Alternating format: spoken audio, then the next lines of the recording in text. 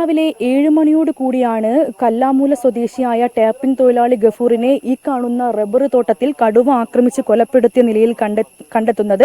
അദ്ദേഹത്തിന്റെ കൂടെ ഉണ്ടായിരുന്ന മറ്റൊരു തൊഴിലാളിയാണ് താഴേക്കെത്തി സമീപവാസികൾ ഉൾപ്പെടെ ഇങ്ങനൊരു സംഭവം ഉണ്ടെന്നുള്ള കാര്യം അറിയിച്ചത്. അദ്ദേഹത്തിന്റെ അലർച്ച കെട്ടാണ് പലരും ഇവിടെ ഓടിയെത്തിയത്.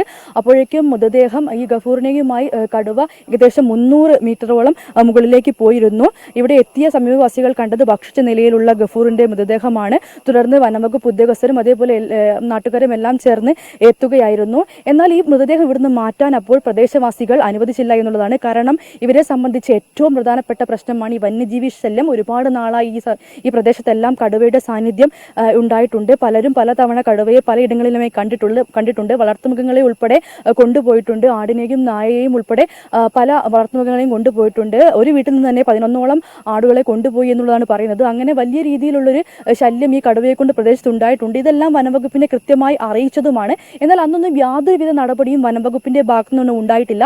നിങ്ങൾ നേരിൽ കണ്ടോ, തെളിവുണ്ടോ തുടങ്ങിയ ന്യായീകരണങ്ങളാണ് അന്നെല്ലാം ഈ വനംവകുപ്പ് ഇവരോട് ചോദിച്ചിട്ടുള്ളത്. അതുകൊണ്ട് തന്നെ ഇവർക്ക് കടുത്ത അമർഷമുണ്ടായിരുന്നു. ആദ്യമായാണ് ഒരു മനുഷ്യന്റെ ജീവൻ എടുക്കുന്നത്. അത് ഇവരിൽ വളരെയധികം ഭയം ഉണ്ടാക്കിയിട്ടുണ്ട്. അതുകൊണ്ട് തന്നെ ശാശ്വത പരിഹാരം വേണമെന്നുള്ളതായിരുന്നു ഇവരുടെ ഏറ്റവും പ്രധാനപ്പെട്ട ആവശ്യം. അതേപോലെ ഈ മരിച്ച ഗഫൂറിന്റെ കുടുംബത്തിന് ധനസഹായം, ഇത് ഗഫൂർ ആകെ കുടുംബത്തിനുള്ള ഏതൊരു അത്താണിയായിരുന്നു ഗഫൂർ. അദ്ദേഹത്തിന് കുടുംബത്തിന് ധനസഹായം നൽകണം, കുടുംബത്തിലെ ഒരു അംഗത്തിന് ജോലി നൽകണം, അതേപോലെ കടുവയെ ഇവിടുന്ന് മയക്കി പിടിച്ച് കൊണ്ടുപോകണം തുടങ്ങിയ ആവശ്യങ്ങളാണ് ഈ ഒരു ജനങ്ങൾ മുന്നോട്ട് വെച്ചത്. ഇതെല്ലാം തന്നെ DFO ഉൾപ്പെടെ ചർച്ച നടത്തി അംഗീകരിച്ചതോടുകൂടിയാണ് മൃതദേഹം ആശുപത്രിയിലേക്ക് മാറ്റാൻ വേണ്ടി പ്രദേശവാസികൾ അനുവദിച്ചത്. കുടുംബത്തിന് ധനസഹായം നൽകാമെന്നും അതേപോലെ ഒരാൾക്ക് ജോലി നൽകാമെന്നും ഉറപ്പ് നൽകി.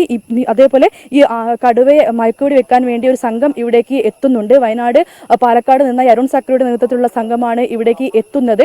കുങ്കി ആനകളും ഒപ്പം ഉണ്ടാകുമെന്നാണ് അറിയിച്ചിട്ടുള്ളത്. അങ്ങനെ കടുവയെ ഇവിടെ നിന്നും എത്രയും പെട്ടെന്ന് കൊണ്ടുപോകണം എന്നുള്ളതാണ് ജനങ്ങളുടെ ആവശ്യം. അതിനുവേണ്ടിയാണ് അവരിപ്പോൾ കാത്തിരിക്കുന്നത്. അങ്ങനെ ഒരു അവസ്ഥ ഉണ്ടായില്ലെങ്കിൽ ശക്തമായ പ്രതിഷേധവുമായി മുന്നോട്ട് പോകാൻ തന്നെയാണ് നിലവിൽ ഈ പ്രദേശവാസികളുടെ എല്ലാം തീരുമാനം. ക്യാമറാമാൻ അമർജിത്തിനൊപ്പം വർഷ ഗിരീഷ്, അമൃത ന്യൂസ്, മലപ്പുറം.